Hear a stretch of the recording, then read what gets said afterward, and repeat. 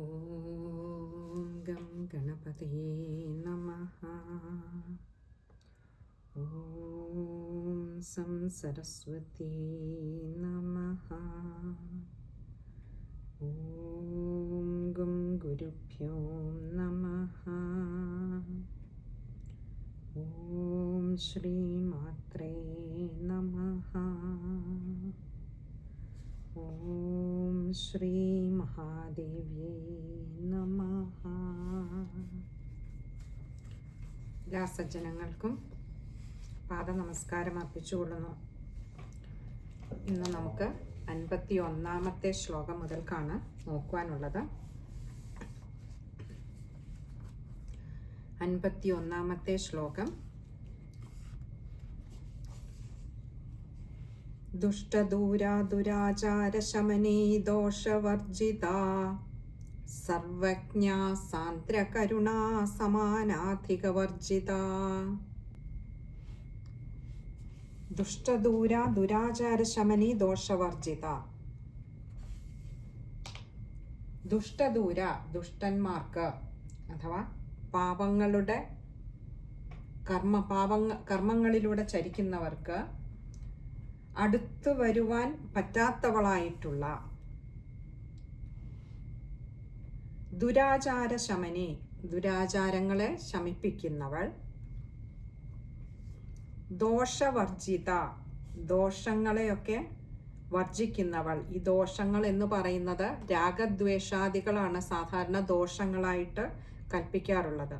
അങ്ങനെ രാഗദ്വേഷാദികളെ വർജിക്കുന്നവൾ, ദോഷങ്ങളിൽ നിന്നൊക്കെ അകന്നു നിൽക്കുന്നവൾ അഥവാ ദോഷങ്ങൾക്കും അടുക്കുവാൻ കഴിയാത്തവൾ. സർവജ്ഞ, ഏതൊന്നറിഞ്ഞാലാണോ എല്ലാം അറിഞ്ഞതായി തീരുന്നത് ആ അറിവുള്ളവൾ. സാന്ദ്രകരുണ, വളരെ സാന്ദ്രമായ ഇടതടവില്ലാത്തതായിട്ടുള്ള കരുണയോട് കൂടിയവൾ. സമാനാധികവർജിത, സമാന അധിക വർജിത, തനിക്ക് തുല്യമോ സമമായിട്ടുള്ളതോ ഇല്ല, തനിക്ക് അതീതമായോ അധികമായിട്ടുള്ളതോ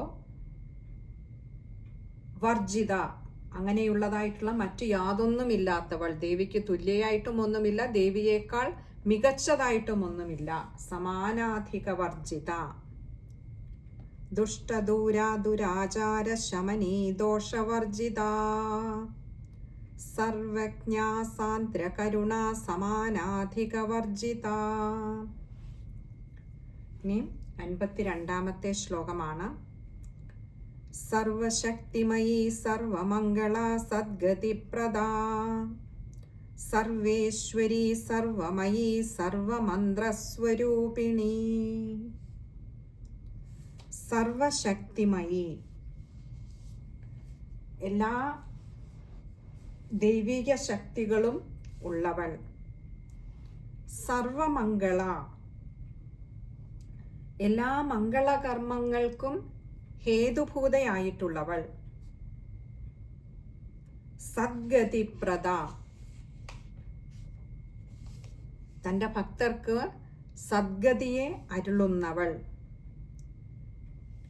സർവേശ്വരി, സർവചരാചരങ്ങളെയും അടക്കി ഭരിക്കുന്നവൾ. സർവമയി, എല്ലാ ചരാചരങ്ങളിലും നിറഞ്ഞു നിൽക്കുന്നവൾ. സർവമന്ത്രസ്വരൂപിണി, എല്ലാ മന്ത്രങ്ങളുടെയും സ്വരൂപമായുള്ളവൾ. ഇനി 53-ാമത്തെ ശ്ലോകം. സർവയന്ത്രാത്മികാ സർവതന്ത്രരൂപാ മനോന്മനീ മാഹേശ്വരി മഹാദേവി മഹാലക്ഷ്മിർമൃഡപ്രിയ.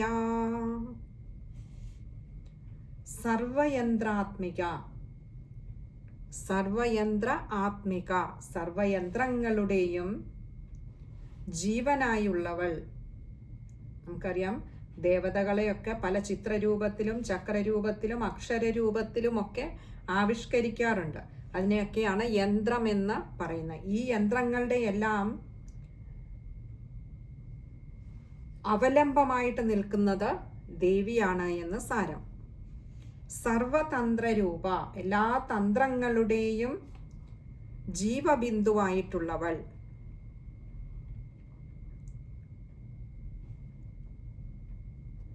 മനോന്മനി, മനസ്സിനെ ഉന്നമിപ്പിക്കുന്നവൾ അല്ലെങ്കിൽ ഉയർത്തുന്നവൾ. മാഹേശ്വരി,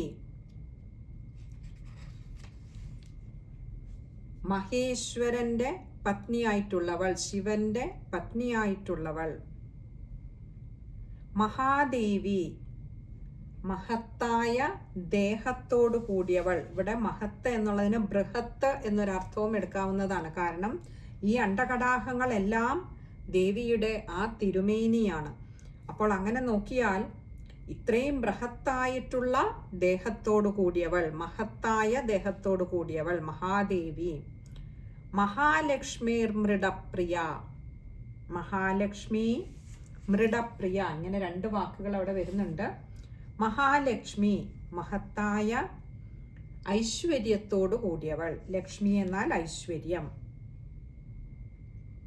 ഇനി മറ്റൊരു അർത്ഥം പറഞ്ഞാൽ ലക്ഷ്മം എന്ന് പറഞ്ഞാൽ അടയാളം എന്നുമുണ്ട്.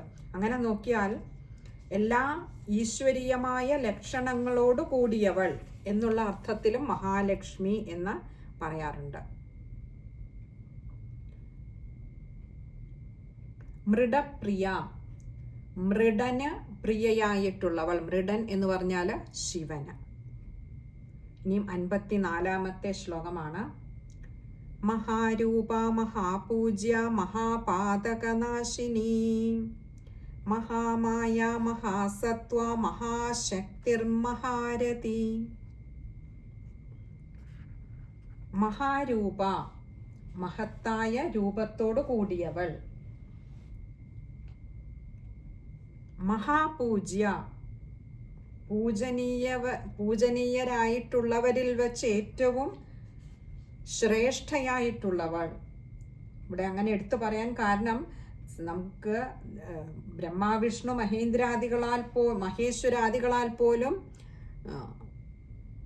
സംപൂജ്യയായിട്ടുള്ളവളാണ് ദേവി എന്ന് നമുക്ക് ഗ്രന്ഥങ്ങളിൽ കാണാം. അപ്പോൾ അങ്ങനെ നോക്കുമ്പോൾ സർവശ്രേഷ്ഠയായിട്ടുള്ളവളാണ്, പൂജനീയരായിട്ടുള്ളവരിൽ വെച്ച് സർവശ്രേഷ്ഠയായിട്ടുള്ളവളാണ് ദേവി. മഹാപാതകനാശിനി, മഹാപാപങ്ങളെപ്പോലും, പാതകം എന്ന് പറഞ്ഞാൽ പാപങ്ങൾ, മഹാപാപങ്ങളെപ്പോലും എരിച്ചു കളയുന്നവൾ. മഹാമായ, ബ്രഹ്മാദികൾക്ക് പോലും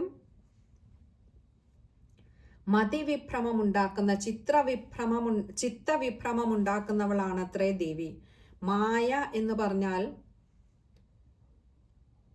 യാ മാ സാ മായ എന്ന് ആചാര്യന്മാർ പറയാറുണ്ട്. യാതൊന്നാണോ ഇല്ലാത്തത് അവയെ ഉണ്ടെന്ന് തോന്നിപ്പിക്കുന്നതാണ് മായ. ഏതു നിമിഷവും പൊലിഞ്ഞു പോകാവുന്ന ഈ ജീവനെ നമുക്ക് നിത്യമായി ഉണ്ടെന്ന് തോന്നിപ്പിക്കുന്നത് മായ.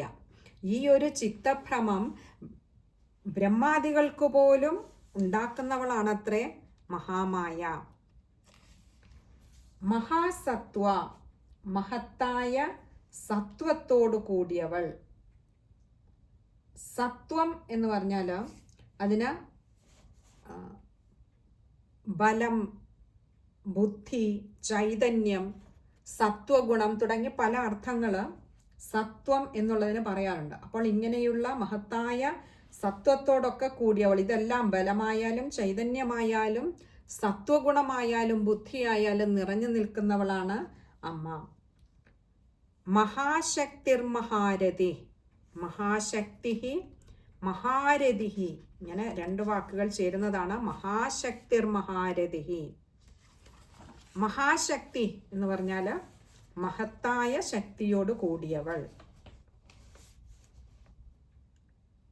മഹാരഥി എന്ന് പറഞ്ഞാൽ മഹത്തായ രതിയോട്, രതി എന്നാൽ ആനന്ദം, ആനന്ദത്തോടു കൂടിയവൾ. ഇനി അടുത്തത് 55-ാമത്തെ ശ്ലോകമാണ്.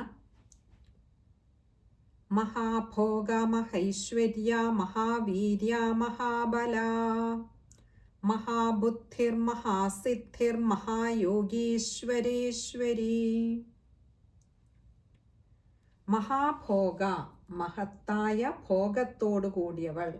ഭോഗം എന്നതിന് ധനധാന്യാദി സമ്പത്തുകൾ എന്നാണ് അർത്ഥം.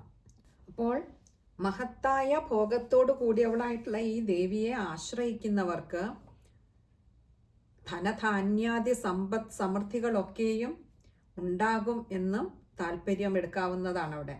ഈ മറ്റൊരു അർത്ഥം നോക്കിയാൽ മഹത്തായ ആഭോഗത്തോടു കൂടിയവൾ എന്നും അർത്ഥം കൽപ്പിക്കാറുണ്ട്. ആഭോഗം എന്ന് പറഞ്ഞാൽ പരിപൂർണം അല്ലെങ്കിൽ വിസ്തൃതി, നമുക്ക് അളന്ന് തിട്ടപ്പെടുത്തുവാൻ കഴിയാത്തതായിട്ടുള്ള, സങ്കല്പിക്കുവാൻ കഴിയാത്തതായിട്ടുള്ള അത്രയും വിസ്തൃതമാണ് ആ ഒരു ശക്തിയുടെ പ്രഭാവം. ഇനി അടുത്തത് മഹൈശ്വര്യ, മഹത്തായ ഐശ്വര്യത്തോടു കൂടിയവൾ.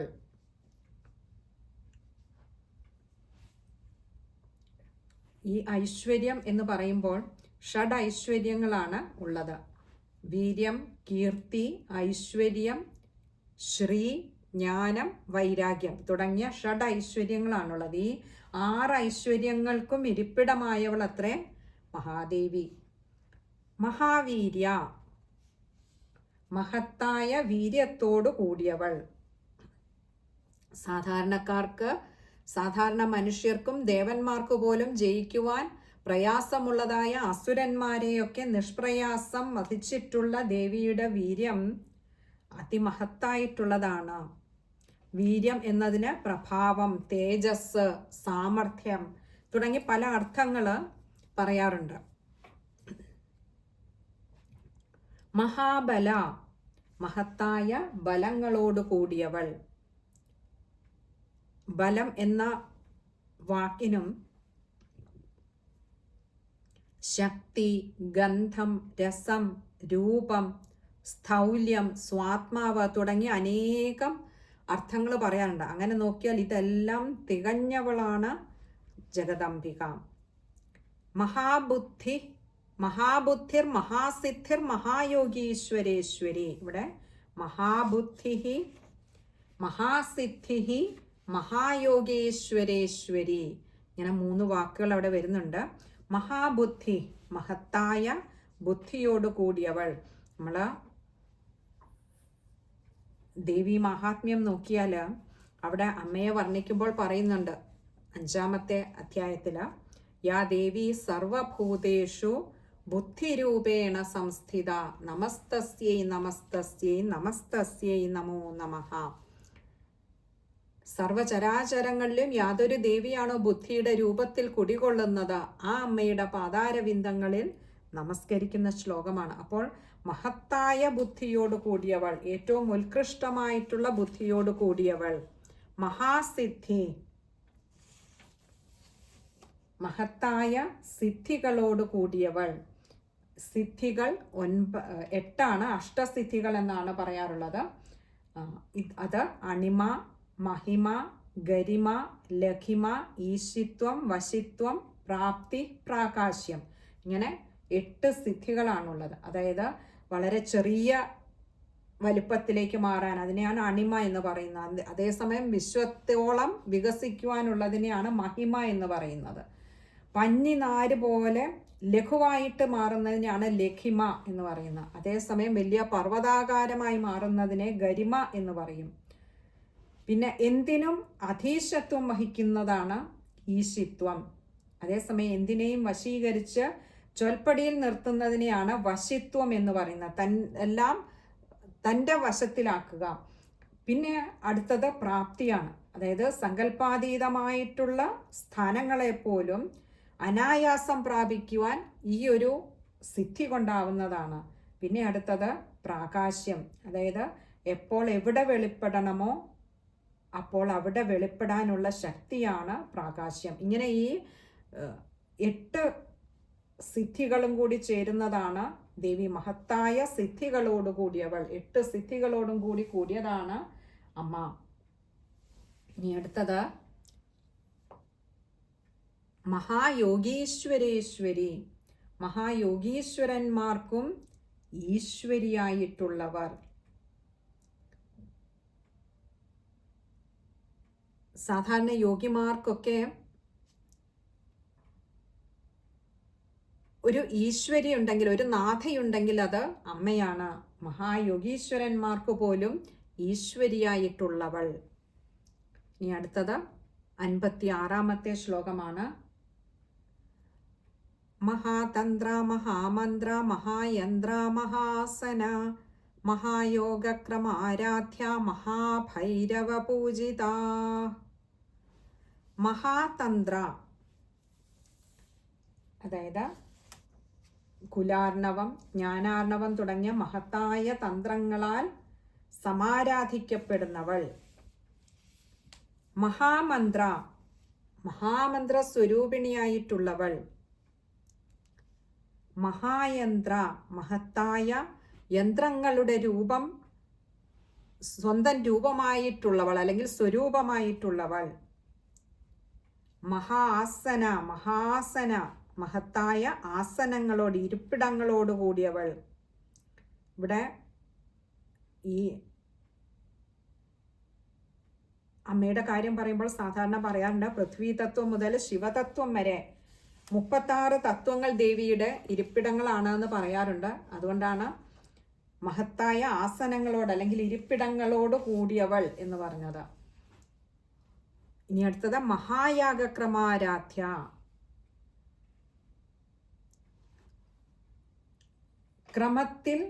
ക്രമത്തിൽ ആരാധിക്കപ്പെടുന്ന, അനുഷ്ഠിക്കപ്പെടുന്ന മഹായാഗ, മഹായാഗം കൊണ്ട് യഥാർഹം ആരാധിക്കപ്പെടുന്നവൾ. അപ്പോൾ ആ അമ്മയെ സേവിക്കുന്നതിന് ചെയ്യുന്ന യജ്ഞങ്ങൾ അല്ലെങ്കിൽ യാഗങ്ങൾക്ക് ഒരു ക്രമത്തിൽ അനുഷ്ഠിക്കപ്പെടേണ്ടതാണ്. അത് വേണ്ടും വിധത്തിൽ അനുഷ്ഠിക്കപ്പെട്ട് അങ്ങനെയുള്ള മഹായാഗം കൊണ്ട് ദേവിയെ യഥാർഹം ഏതൊരു ശക്തിയാണോ ആരാധിക്കുന്ന അങ്ങനെ ആരാധിക്കപ്പെടുന്നവൾ.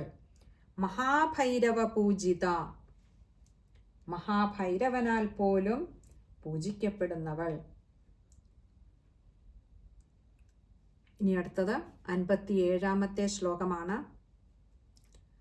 മഹേശ്വര മഹാകൽപ മഹാതാണ്ഡവ സാക്ഷിണി മഹാകാമേശ മഹിഷി മഹാത്രിപുര സുന്ദരി. മഹേശ്വര മഹാകൽപ മഹാതാണ്ഡവ സാക്ഷിണി. മഹേശ്വരൻ എന്ന് പറഞ്ഞാൽ ആ ശിവഭഗവാന്, മഹാകൽപ്പം എന്ന് പറഞ്ഞാൽ ആ മഹാപ്രളയകാലത്ത്, ഓരോ കൽപ്പത്തിൻ്റെ അവസാനമുണ്ടാകുന്ന മഹാപ്രളയകാലത്ത് മഹാകൽപ്പ മഹാതാണ്ഡവ സാക്ഷിണി, മഹാതാണ്ഡവത്തിന്, ആ മഹേശ്വരന്റെ മഹാതാണ്ഡവത്തിന് സാക്ഷിണി, സാക്ഷിയായി നിന്നവൾ. മഹാകാമേശ മഹിഷി, മഹാകാമേശന്റെ മഹിഷിയായുള്ളവൾ, പട്ടമഹിഷി എന്നുള്ളതാണ് മഹിഷി എന്നുള്ളതിൻ്റെ അർത്ഥം.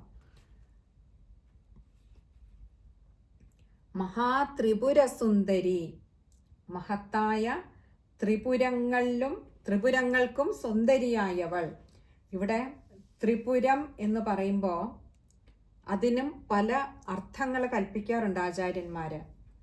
ജ്ഞാതാവ്, ജ്ഞേയം, ജ്ഞാനം, ഇത് മൂന്നും ത്രിപുരമായി കണക്കാക്കാറുണ്ട്. അതായത് അറിയുന്ന അറിവ്, അറിയപ്പെടുന്ന വസ്തു, അറിയുന്ന ആള്, ഇങ്ങനെ ഇത് മൂന്നും ത്രിപുരം അല്ലെങ്കിൽ ത്രിപുടി എന്നും പറയാറുണ്ട്. ത്രിപുടി ആയിട്ട് അറിയപ്പെടാറുണ്ട്. മറ്റ് വ്യാഖ്യാനങ്ങളിലേക്ക് പോയാൽ സ്ഥൂല ശരീരം, സൂക്ഷ്മ ശരീരം, കാരണ ശരീരം, ഈ 3 പുരങ്ങളും ത്രിപുരമായിട്ട് എടുക്കാറുണ്ട്. അപ്പോൾ ഇവിടെ എല്ലാം തന്നെയും സുന്ദരിയായവൾ, ഈ 3 പുരങ്ങൾക്കും ത്രിപുരങ്ങൾക്കും സുന്ദരിയായവളാണ് മഹാത്രിപുര സുന്ദരിയായിട്ടുള്ള ആ ജഗദംബിക. ഇനി അടുത്ത 58-ാമത്തെ ശ്ലോകമാണ്.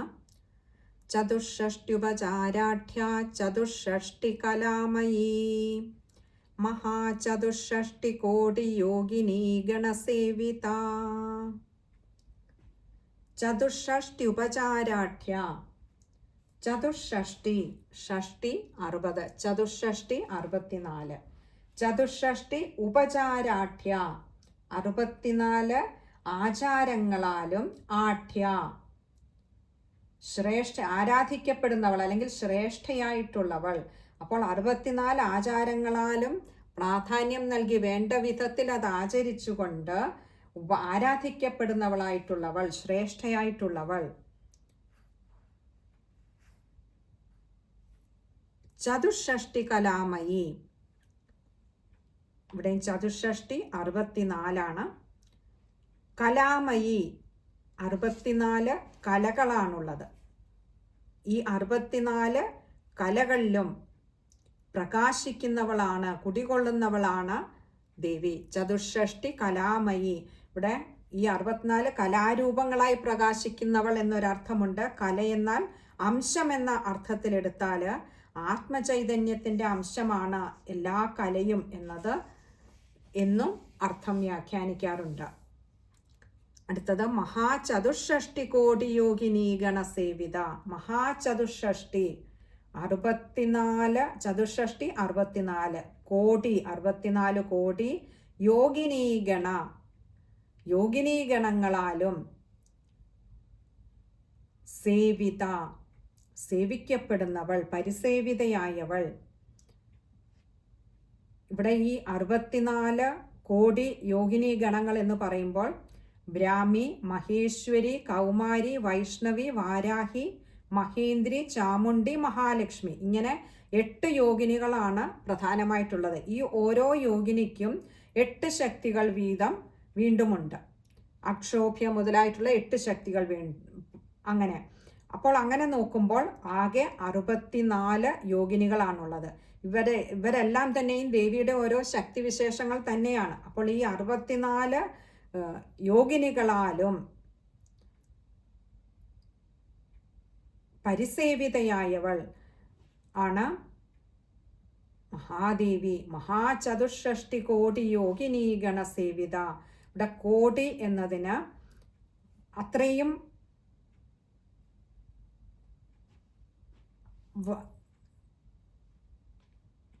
വലിപ്പമുണ്ട്, അത്രയും ബൃഹത്തായതാണ് എന്ന് കാണിക്കുകയാണ്. ഇനി അടുത്തത് 59-ാമത്തെ ശ്ലോകമാണ്. മനുവിദ്യ ചന്ദ്രവിദ്യ ചന്ദ്രമണ്ഡലമധ്യഗാ ചാരുരൂപാ ചാരുഹാസാ ചാരുചന്ദ്രകലാധരാ. മനുവിദ്യ എന്ന് പറയുന്നത് ശ്രീവിദ്യാ സ്വരൂപിണിയായിട്ടുള്ള ദേവി തന്നെയാണ്.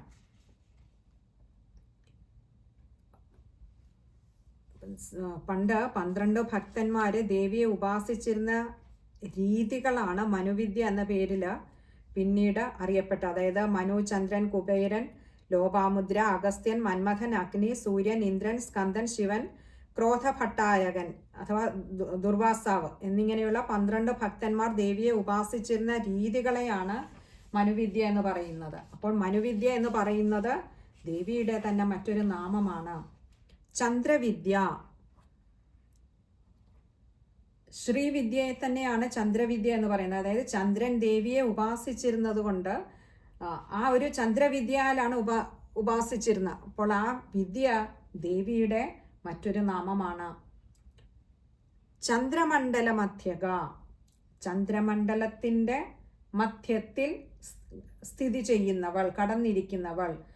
ശ്രീചക്രത്തിലെ ചന്ദ്രമണ്ഡലത്തെയാണ് ഇവിടെ അർത്ഥമാക്കുന്നത്. ഇനി അടുത്തത് ചാരുരൂപ. ചാരു എന്ന് പറഞ്ഞാൽ മനോഹരമായിട്ടുള്ളത്. അങ്ങനെ മനോഹരമായ രൂപത്തോട് കൂടിയവൾ. ദേവിയുടെ രൂപം എപ്പോഴും ഒരേ രീതിയിൽ ആകർഷകമാണ്. നമ്മൾ ഏത് ചിത്രം നോക്കിയാലും അതിലൊക്കെ ആകർഷകമായ രൂപമാണ്. അങ്ങനെ ചാരുവായ രൂപത്തോട് കൂടിയവൾ അഥവാ വൃദ്ധിക്ഷയമില്ലാത്ത സൗന്ദര്യത്തിനുടമയായിട്ടുള്ളവൾ. അതൊരിക്കലും ക്ഷയം സംഭവിക്കുന്നില്ല. ജരാനരകൾ ബാധിക്കാത്ത നിത്യയൗവനയുക്തയായിട്ടുള്ള സ്ത്രീ സൗന്ദര്യത്തിൻ്റെ പ്രത്യക്ഷ രൂപമാണ് ദേവി. ചാരുരൂപ, അതിപ്പോൾ പറഞ്ഞു. ചാരുഹാസ, ചാരുവായ അഥവാ മനോഹരമായിട്ടുള്ള ഹാസത്തോടു കൂടിയവൾ. ദേവിയുടെ മന്ദസ്മിതമാണ് ചന്ദ്രിക എന്ന് പറയാറുണ്ട്. അപ്പോൾ അത്ര സുന്ദരമായ മന്ദഹാസത്തോടു കൂടിയവൾ. ചാരു ചന്ദ്രകലാധര, സുന്ദരമായ ചന്ദ്രക്കല ചൂടിയവൾ. ഇനി അടുത്തത് 60ാമത്തെ ശ്ലോകമാണ്. ചരാചര ജഗന്നാഥ ചക്രരാജനികേതന പാർവതി പത്മനയന പത്മരാഗ സമപ്രഭ. ചരാചര ജഗന്നാഥ, ചരവും അചരവുമായിട്ടുള്ള സകല ജഗത്തിനും നാഥയായവൾ.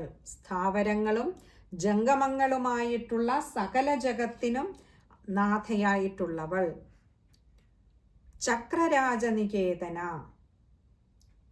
ചക്രരാജനെ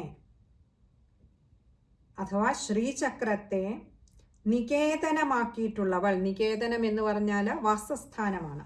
അപ്പോൾ ശ്രീചക്രത്തെ വാസസ്ഥാനമായിട്ടുള്ളവൾ. പാർവതി, പർവ്വതരാജനായിട്ടുള്ള ഹിമവാന്റെ പുത്രി. പത്മനയന, പത്മം എന്നാൽ താമരപ്പൂവ്. ആ താമരയുടെ ദളം പോലെ മനോഹരമായ നീണ്ട മിഴികളോട് കൂടിയവൾ. നയനം എന്നാൽ കണ്ണുകൾ. മറ്റൊരർത്ഥം പറയാറുള്ളത് പത്മനയന എന്നുള്ളതിന് പത്മം, താമര, അത് ശുദ്ധിയുടെ പര്യായമായിട്ടും പറയാറുണ്ട്. അതായത് എങ്ങും നന്മ മാത്രം കാണുന്ന കണ്ണുകളുള്ളവൾ. പത്മരാഗ സമപ്രഭ, പത്മരാഗത്തിൻ്റെ സമം എന്ന് പറഞ്ഞാൽ തുല്യമായിട്ടുള്ള പ്രഭയോട് കൂടിയവൾ. പത്മരാഗം എന്ന് പറയുന്നത് നവരത്നങ്ങളിൽ ഒന്നാണ്. നല്ല ചുവന്നു തുടുത്ത നിറത്തോടു കൂടിയവൾ എന്നാണ് അർത്ഥം. ആ പത്മരാഗത്തിൻ്റെ നിറം ചുവപ്പാണ്. അപ്പോൾ പത്മരാഗത്തിന് തുല്യമായിട്ടുള്ള ചുമന്ന നിറത്തോടു കൂടിയവൾ. ഇനിയും 61ാമത്തെ ശ്ലോകമാണ്. അത് നമുക്ക് അടുത്ത സത്സംഗത്തിൽ കാണാമെന്ന് കരുതുന്നു. ഹരേ കൃഷ്ണ. സർവത്ര ദേവീ നാമ സങ്കീർത്തനം. ശ്രീ മഹാദേവ്യൈ നമഃ.